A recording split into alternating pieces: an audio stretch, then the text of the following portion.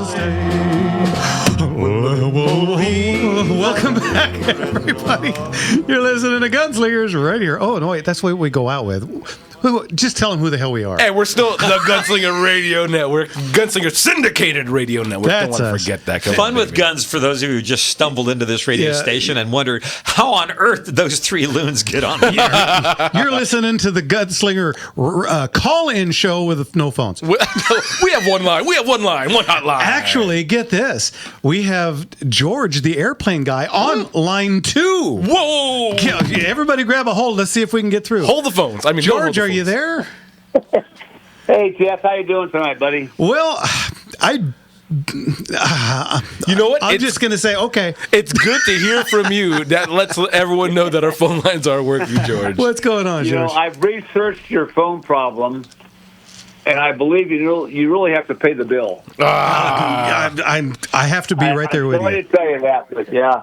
Emily, the lady I have with the same plugs problem on the here at board. house, Yeah. If you don't pay the bill, they come after you or cut you off. It's just a terrible situation. I couldn't agree more. It's a terrible situation regardless. Anyway, what's going on? I'm looking forward to getting together with you guys, you and Jimmy and everybody with Leon. Now, what's the day? Is that the June 22nd? I believe, the 22nd. Yeah, I've got to notify my probation officer. Well, that's okay. We're gonna have Verizon in here putting in cell phones. Oh, there you go. Well, that gives me a lot of confidence. That's much better. Hey, George, you got a couple of weeks. Anyway, it's been a great show. And in my Army career about accurate weapons, my 3 most accurate weapons that I was familiar with in my time in the service was the M14, the Modus 50 caliber. Oh, yeah. And then one that maybe a lot of your listeners aren't too familiar with is the 8-inch howitzer. Yeah, it's not really one we sell at the gun shop. Kind of doesn't have to be a precision weapon. Just get it in the area code and wait for the dust to settle. Could you imagine the amount of permits you'd need for an 8-inch howitzer? Or just join the Army and have fun with it. Well, there is that, I suppose, yeah. But the Modus is a great firearm, and of course I'm very impressed with that, and I had a couple of chances to shoot it in various configurations, including the quad 50 on a back of a half track. Wow! Or half, reduced to half, and good Lord, it's awesome. It's just the firepower in a fairly portable weapon is incredible. Yeah. One of the channels I was watching today, flicking around, they're rerunning Band of Brothers again. Oh, cool. And man. I saw that. Yeah. That scene when they're coming in and they're going to be jumping out of the planes over Normandy. Can you imagine the stones? You're 17, 18, 19 years old, jumping into the dark with people shooting at you, machine guns and surrounded on all sides. Yeah, and you're seeing planes lighting up like candles all around. Can you imagine the guts these kids had? I mean, I'm glad they were. About half of the C-47 pilots have never had any combat time at all. Yeah. So that night mission for them was also, a reach. Yeah. Amazing. Absolutely unbelievable. And then, they even had guys coming in on the no motor planes. The gliders. gliders. Nobody has that much hair. Exactly. Sorry. Exactly. I mean, just unbelievable. Gliders, and those guys, they had minimal training flying those things. Yeah. Minimal training. And now people look for safe spaces if you just say the word Trump. Yeah. I mean, what happened to us, George? Well, I'll tell you what. I know that Sean called in and talked about you weren't being real happy tonight and what have you. And looking down the road for the future, a little bit of, I know a little bit about airplanes and a lot less about guns, but here's a neat story about one of Trump's cabinet members. It was the Department of Agriculture, a lady named Brooke Rollins. And and the previous administration, I probably had someone that only knew about computers. Yeah. Brooke Rollins comes from a little town in Texas. She grew up ranching and farming.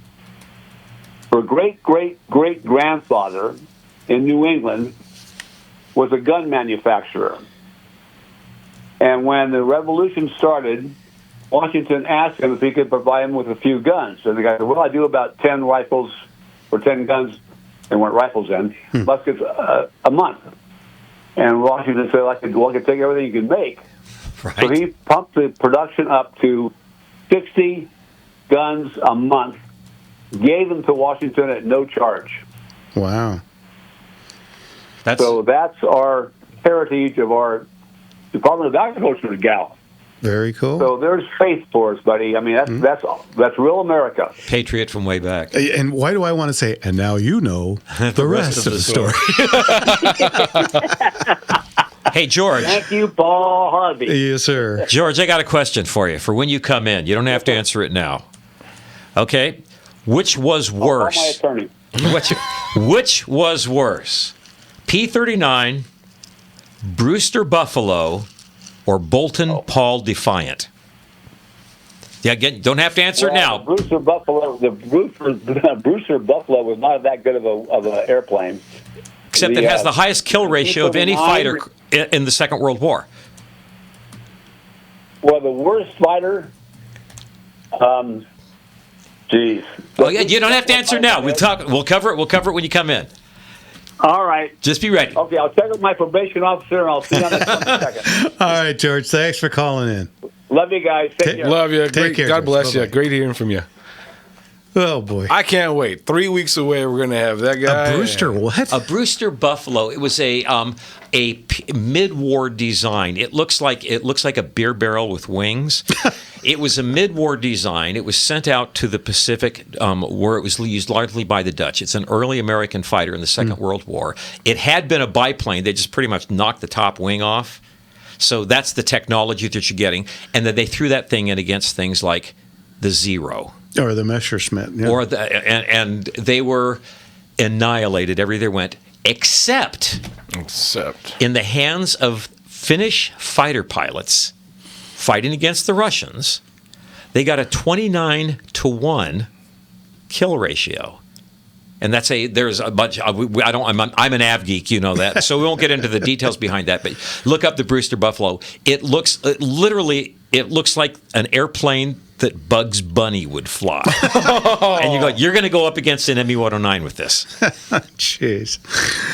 All right. Well, hey, you know what? That opens up our line. Line is open at 866-870-5752. Once again, 866-870-5752. We have line open now. All of one of them. Jeez. You guys are killing me.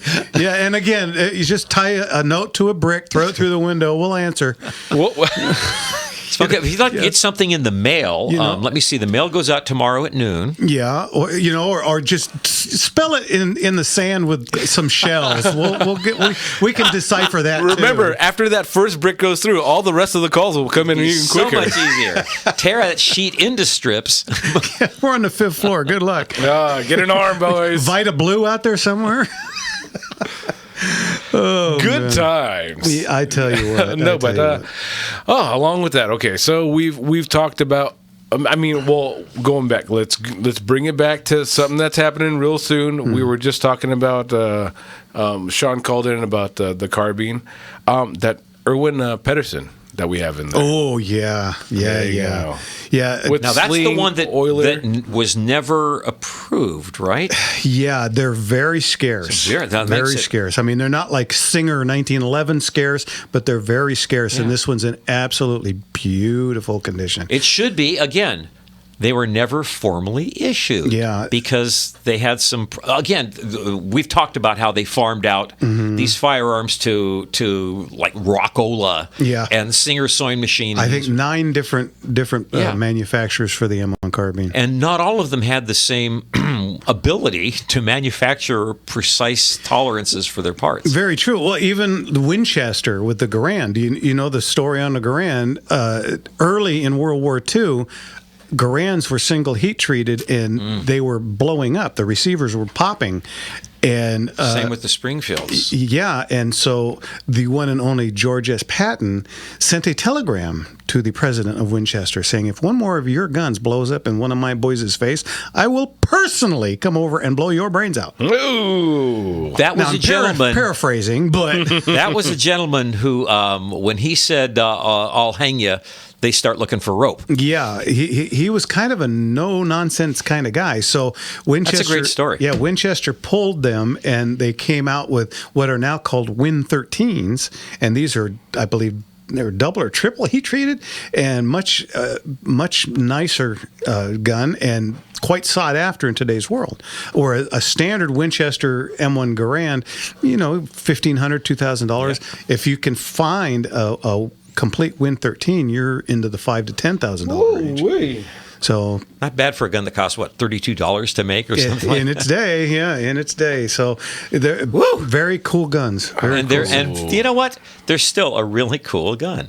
I love shooting Garands. For a 30-06, it's very, very minimal Recoil's recoil. manageable. Yeah, that And weight an on there accurate really rifle. helps. Yeah. Yeah, and I've got a D. I don't have a C. The C is the early sniper version. The D is the later one with the M8 scope on it, and one of these days I'm going to have to pick up a C. With the flash hider and Yeah. the scope that has to sit off to one side. Yeah, because which it means I have to ejects. shoot it right-handed. Yeah, because of the way that rounds eject. So, yeah. Make it work, boys.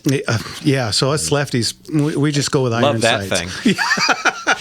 We just go with iron sight and say, screw it, Okay, well, I know we're coming up on some time, but maybe we can discuss this in the next segment. So, Mr. Enigma over there on Rumble asked if it was true that Glock was discontinuing some of their models.